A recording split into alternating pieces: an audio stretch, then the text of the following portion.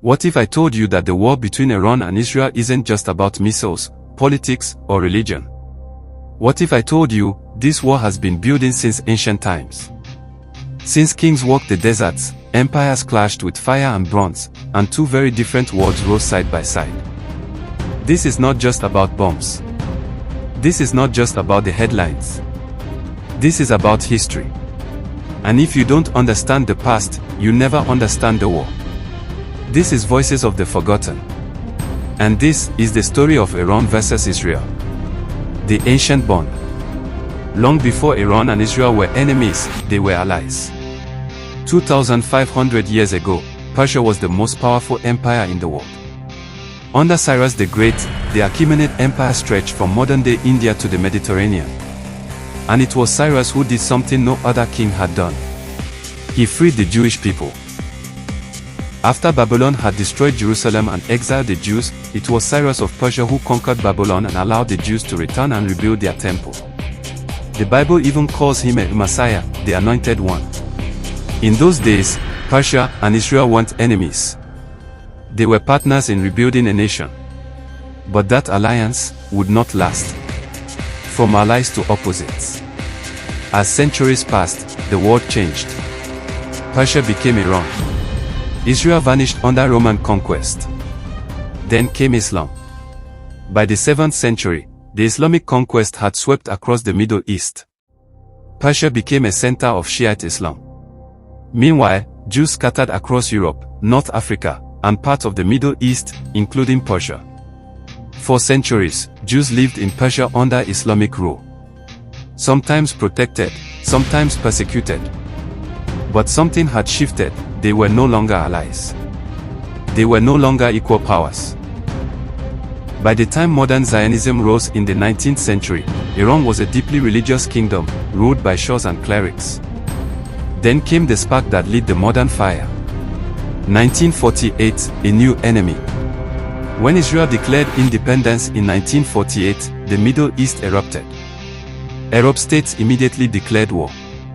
But Iran was cautious. It was one of the first Muslim-majority countries to recognize Israel. Not openly, but diplomatically.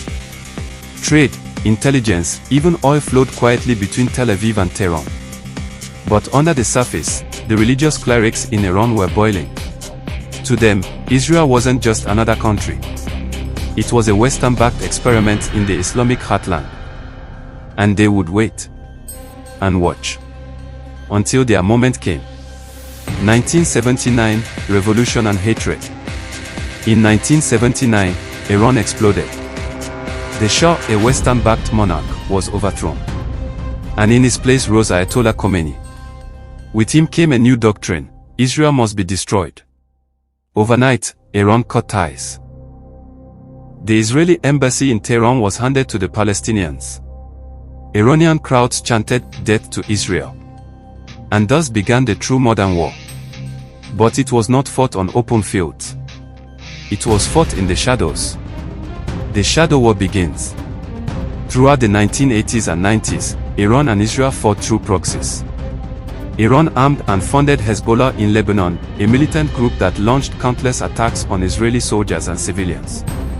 Israel responded with intelligence strikes, assassinations, and cyber warfare. In 1992 and 1994, Iranian agents were linked to deadly bombings of Jewish centers in Argentina. And in the background, Israel began building its nuclear defense. Iran began building its nuclear ambition. The countdown had begun. Nuclear red lines. By the 2000s, Iran's nuclear program was no longer a rumor. Western intelligence confirmed Iran was enriching uranium. Iran claimed it was for energy. Israel didn't believe it. In 2010, a mysterious computer virus called Stuxnet hit Iran's nuclear facilities. It was one of the first major acts of cyber warfare in history. Experts believe it was created by Israel, possibly with US help. At the same time, Iranian nuclear scientists began to die, one by one. Explosions. Car bombs. Snipers. No one claimed responsibility. But everyone knew. This wasn't just war. This was chess. and each side was making deadly moves. Syria, missiles, and proxy wars. The Syrian civil war gave Iran a new front. Iran sent weapons, troops, and advisors to help Bashar al-Assad, its ally. Israel responded with hundreds of airstrikes on Iranian positions in Syria. Hezbollah launched missiles from Lebanon. Hamas fired rockets from Gaza. Israel deployed the Iron Dome, a missile defense system so advanced, it became legendary. The war wasn't just between two nations anymore. It was in 5 countries, on 3 continents, with cyber, air, and ideological battles. And the world watched. M2020's The War Behind the War. In 2020, Israel normalized relations with several Arab countries, UAE, Bahrain, Morocco, and Sudan. These Abraham Accords shook the region. Iran saw it as betrayal. A sign that Arab states were choosing Israel over Islamic unity. In 2024 and 2025, the tension exploded again. Iran-backed groups escalated attacks. Israel retaliated with more precision strikes, drone warfare, cyber attacks, assassinations. But neither side declared full war. Because both know the real war could end the region. And maybe the world. Why it still isn't over? Why does this war still burn? Because it's no longer just political. It's ideological, historical, symbolic.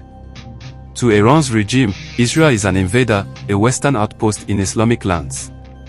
To Israel, Iran is an existential threat, a regime calling for its annihilation. This isn't just strategy. It's identity. And identities don't die easy. But beneath the hatred are people. Millions of people on both sides who don't want war. Just peace. Just life. Just tomorrow. The forgotten truth. So now you know, Iran and Israel didn't begin as enemies. They began as allies. Partners in rebuilding. Partners in survival. But history twists. And empires fall. Now, the war is quiet, but constant. Loud, but hidden. Ancient, but still alive. And unless we understand where it all began, we'll never see where it might end. Because history isn't just dates and battles. History is warning. And that's what we do here. This is Voices of the Forgotten. If this story opened your eyes, don't let it fade away. Hit the like button to support the channel. Drop a comment below, even just say, I see the truth. Subscribe for more stories like this, stories they didn't teach in school. Because we are not just watchers of history. We are the legacy. This is Voices of the Forgotten. And the world needs to remember.